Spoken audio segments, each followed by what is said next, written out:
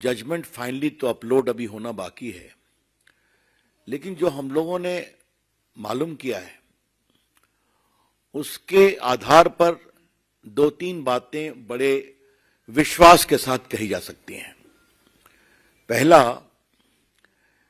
कि this whole exercise was done for a valid cause, namely removing fake currency, containing terror funding. ये पूरी नीति terror funding, fake currency को रोकने के लिए और आपके money laundering etcetera, black marketing को रोकने के लिए की गई थी। और ये उद्देश्य सही है और गवर्नमेंट ये पॉलिसी डिसीजन ले सकती है, उसको लेने का अधिकार है।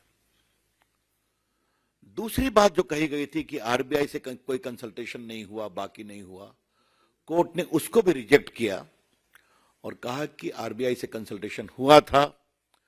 स्वयं आरबीआई ने कोर्ट के सामने अपने वकील के द्वारा हुआ कि एक कंसल्टेशन हुआ था और कोर्ट ने यह भी कहा कि reserve bank of India act के सेक्शन 26(2) में का भी कोई वायलेशन नहीं है।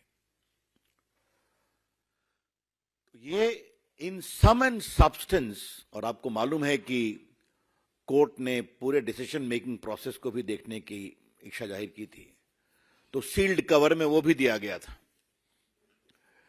इसका मतलब यह हुआ कि कोर्ट ने पूरे डिसीजन मेकिंग प्रोसेस को सही पाया। उसका सेक्शन 26(2) यह फैसला सिर्फ उस पर केंद्रित था कि उसकी कोई अवहेलना नहीं हुई, उसका पालन हुआ गया। अलावा इसके माननीय सर्वोच्च न्यायालय ने न इस पर कोई टिप्पणी की कि क्या नोटबंदी से आतंकवाद कम हुआ, क्या नोटबंदी से जो करेंसी सर्कुलेशन में थी, काला धन सर्कुलेशन में था, क्या वो कम हुआ। इस सब पर कहीं कोई एक शब्द भी इस निर्णय में नहीं है। तो यह कह देना कि माननीय सर्वोच्च न्यायालय ने नोटबंदी को सही ठहराया है, मुझे लगता है गलत होगा। नोटबंदी के फैसले की प्रक्रिया को सही ठहराया है, फैसले पर कोई टिप्पणी माननीय सर्वोच्च न्यायालय ने नहीं की है। यह स्पष्ट फर्क हम लोगों के दिमाग में रहना चाहिए। जो सुबह से चलाने की कोशिश की जा रही है सरकार द्वारा कि नोटबंदी जीत गई, नोटबंदी को सही ठहरा दिया गया माननीय सर्वोच्च न्यायालय द्वारा, यह बिल्कुल गलत है। जिन 4 जजेस ने इस प्रक्रिया को भी सही ठहराया है, उन तक ने इसके परिणाम पर कोई टिप्पणी नहीं की है। यह बात हमें स्पष्ट तौर पे समझ लेनी चाहिए।